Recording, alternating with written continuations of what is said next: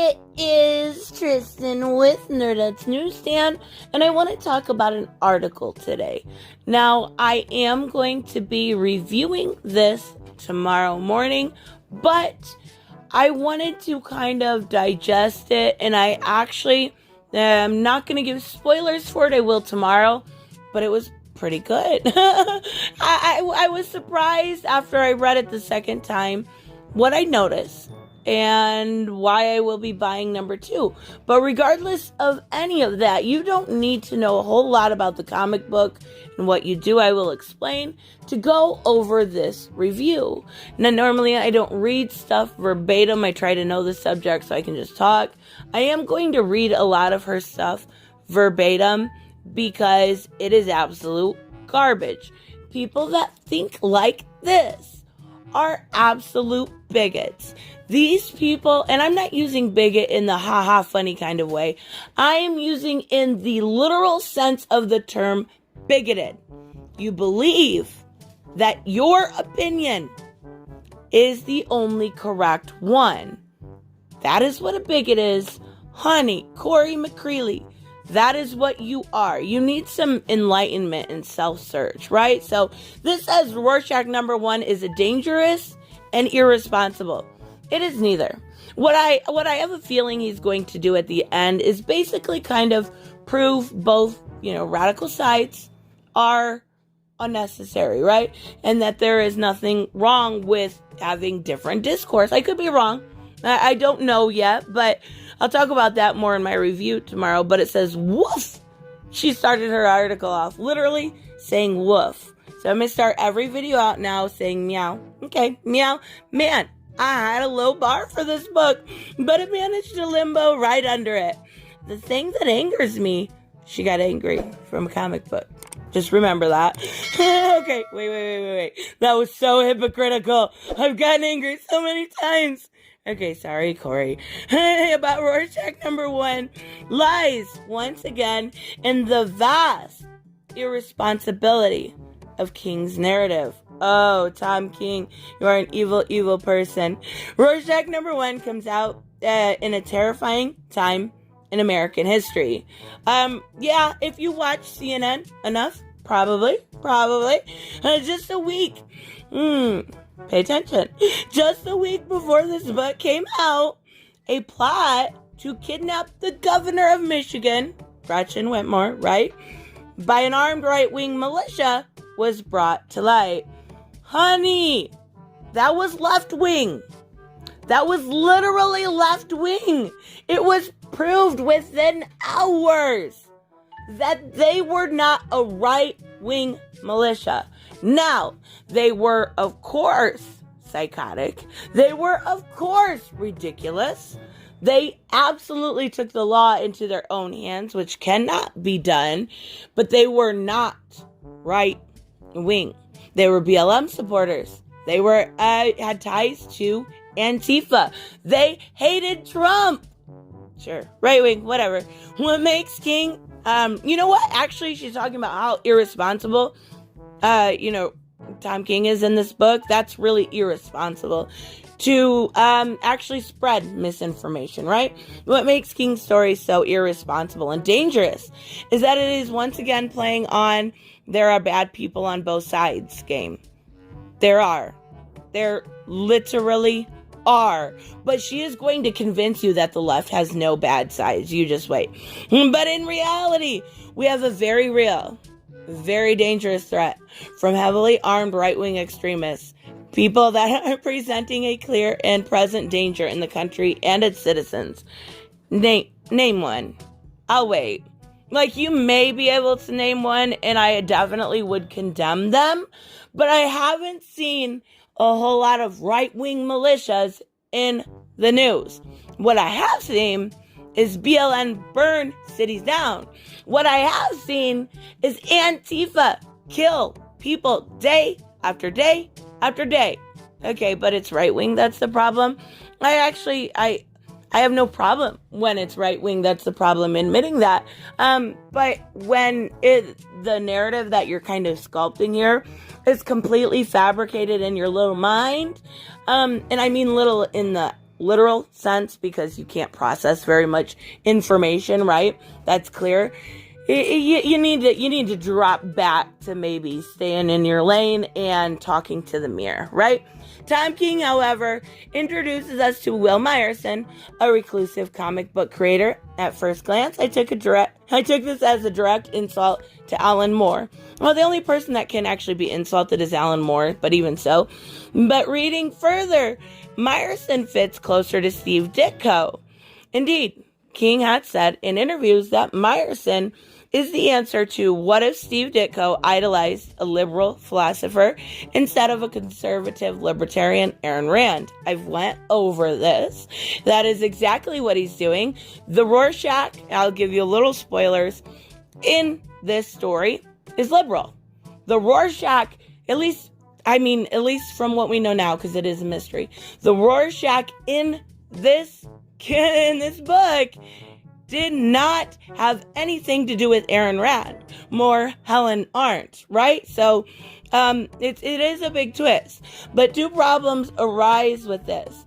The first and aforementioned both siding. I, for one, have not seen a news about liberal militias. No, you're right, just Black Lives Matter, literally killing more people than they hurt. How about the organization never lifting a single finger with the millions of dollars they have received to actually help Black communities, except for putting it into more rioting and getting people out of jail? How about Antifa killing? How about them killing multiple people, killing a mother for saying all lives matter? Like, come on, quit playing. You're not this, never mind, you might be this stupid. On the other hand, I have seen quite a few news stories about conservative militias. Again, name one. King is making a villain out of something that doesn't exist. What? Exactly what I said before. She is going to try to tell you that everybody on the left is perfect angels and they all deserve participation trophies. And that's probably why they act like this, because that's what they got, growing up. And in doing so, is playing right into the hate group. Comics hate. Oh my God. You are fucking stupid. Those hate groups are going to have a field day with this book. Especially after the absolute mess that was Jay Lee's involvement. I'm not going to go over that too much, right? But it was really Tom King's fault there. Jay Lee is allowed to be involved. He does commissions, and they're not cheap. And DC has always hired Jay Lee. Your opinion, my dear, does not matter. Jay Lee has worked for DC for a very long time. Not only has his art been featured in stuff like this or before Watchmen, but his art has been featured in, Death. It has been in the Death short that was actually really fucking fascinating. So I don't think you matter. I'm probably not the only one to ever have told you that, but even so. Furthermore, using Steve Ditko as the basis for your villain is extremely insulting in ways I can barely comprehend. It is using a book that is already a slap on the face to past creators. No. And taking that insult one step further, the milking of the Watchmen franchise is already extremely tasteless and cruel concerning Alan Moore. So, to do this to Ditko, the creators of the characters on which you forgot Gibbons, right? But, that is not good enough for you. Okay, so characters on which Watchmen was based is just vile. I am disgusted by this callous towards men that King claims to respect. I'm sure he does respect them because they earned it. Now, you, on the other hand, I'm not sure anyone does, right? So it feels like a critique of Moore's complaints that his characters continue to be used. You know what? Guess what? These characters were unfortunately put into contract a way that took them away from Alan Moore. He's pissed about it. He's made you think you know about the situation. And at this point, it's dead because DC owns them. So you know what, DC? Milk them. Do that right, though. That's all I gotta say.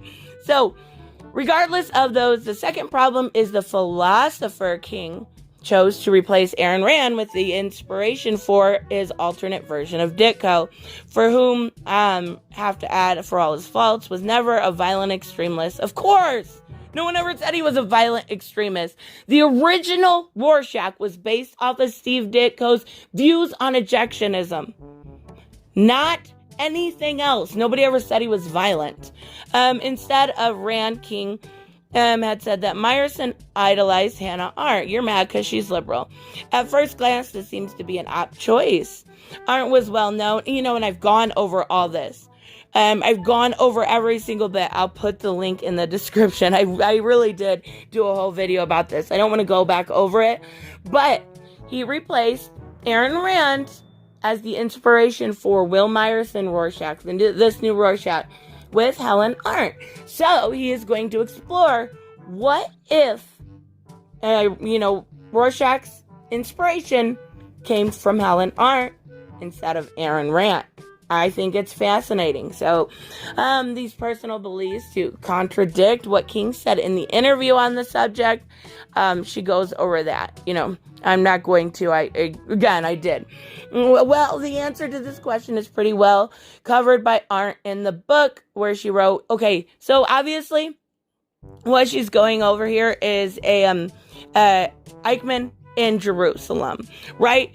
And she talks about the banality of evil, that, you would think with this person in Adolf Eichmann who was on trial, people expected to see the incarnation of evil and realized he was not what they expected.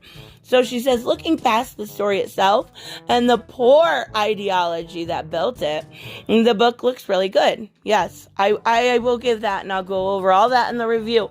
It looks very good. It's a different style for Tom King, and I actually think it, I actually enjoyed it. Not the first time.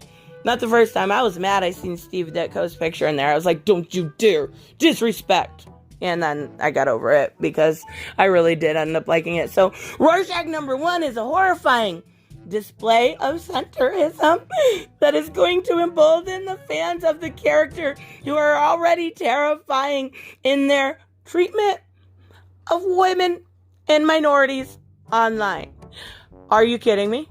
Right? So being a centrist, a milquetoast fence setter, is fucking horrible. What's horrible is being this radical ideologue that has nothing better to do than literally complain about everything and make everything about women and minorities and my ideology. And you better put politics in your comics or I'm going to write a bad review. Fucking ridiculous. It serves to a call to arms of the absolute worst parts of fandom. And I loathe to see it get praised by anyone upon its release. Hey, I really enjoyed Rorschach. I hope you know that. I hope you see this. And guess what? That whole thing, the whole book, was much more enjoyable than a thing. Oh, this explains a lot. Right? This does. This explains everything. My God.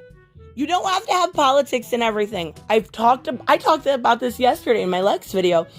When people get this obsessed, they need to talk away. Sure, there are bad parts of fandoms. There are terrible people. There are people from Comicsgate who still leave me troll comments. Do I look at that one person and blame the group as a whole? No, because I have fond memories of when Comicsgate first started and actually stood for something, right? Now it's a little different, but even so, there are bad parts of fandom. There is also really great things about being in a fandom and enjoying what you love. And you don't have to have politics in everything.